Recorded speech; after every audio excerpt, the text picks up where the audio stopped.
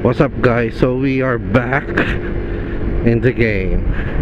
Alright, so Friday morning, time check 7:30. Kakahatid lang natin kay wifey. So nag-text sa akin yung bank kahapon guys, para sabihin na available for pickup na daw yung ating documents ng kotse. So pupuntahan natin siya today para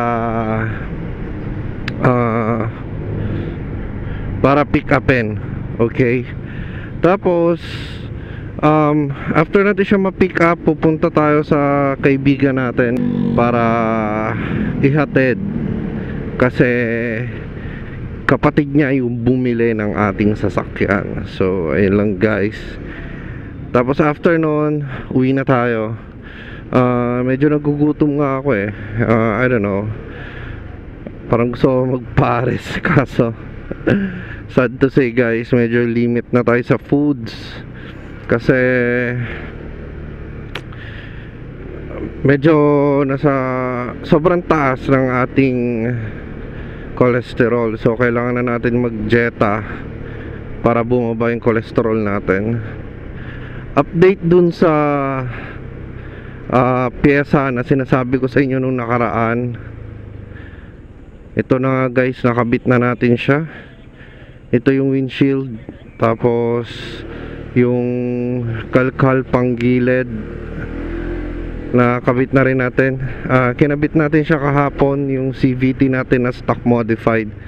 Bale yung kinabit ko yung pulley set yon na naka 13.5 degrees, tapos bell na naka Grove, tapos may dust hole, tapos binalik natin yung stock na clutch lining, tsaka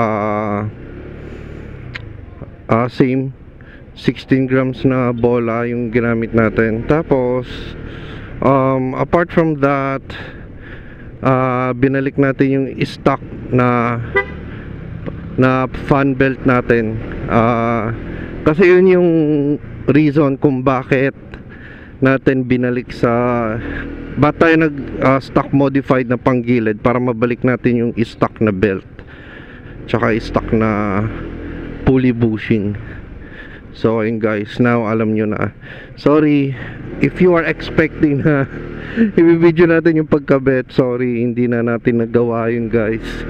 At sobrang na rin ako noon, antok na rin, kasi ginawa ko yon after ko ihatid si wifey sa office. So pag uwi, kinabit natin siya, para ang intention ko is pag out ni wifey is magamit na natin siya at mapakiramdaman natin.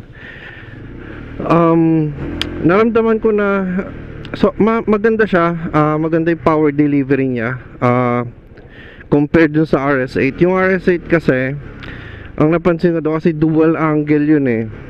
Meron siyang mellow, tsaka meron siyang aggressive angle. So ang opening angle ng RS8 is yung yung mellow, kaya medyo malumanay, maarangkada siya pero hindi ganun kaarangkada. Kumbaga medyo malumanay siya sa acceleration or sa arangkada.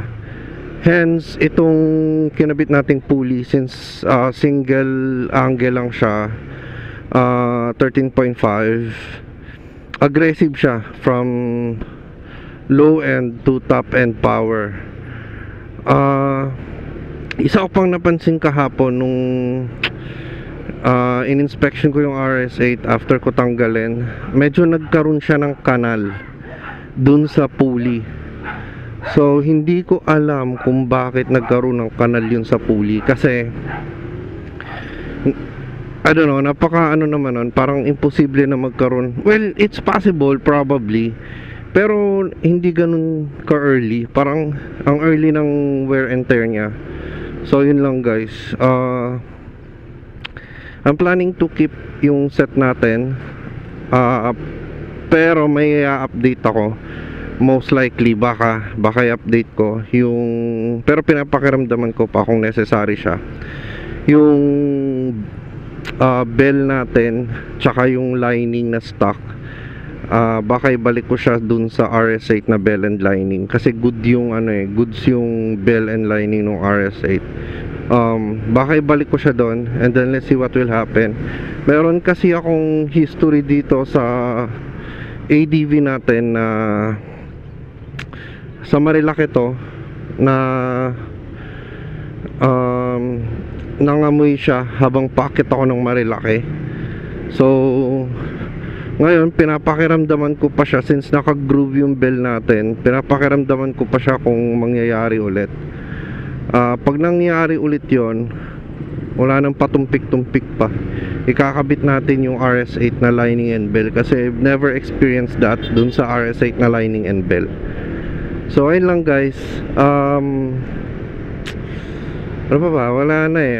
Balikan ko kayo mamaya pagka nakuha ko na yung papers ng kotse. Pero andito na tayo ngayon sa Legazpi Bridge. So pababa tayo ng may bunga, and then sa bangko. So yun lang guys, see you later. Alright, so what's up guys? So nakuha na nga natin yung papers, and papunta na tayo dun sa ating kaibigan para ihatid dito. And finally makakahinga na tayo dahil tapos na ang ating problema dun sa kotseng yon. And hopefully makabili tayo ng bagong kotse soon. Gusto ko talaga bumili ng bagong kotse rin, para syempre minsan sa kotse naman tayo magbablog. Sama natin sila Floyd and si Sam. So ayun lang guys. I think dito ko muna dito ko na puputulin tong video na to. At just want to remind everyone to always ride safe. Okay, mag-iingat kayong lahat, lalo na yung mga rider natin na lumalaban para sa pamilya. Kalmahan lang natin ang mga buhay-buhay.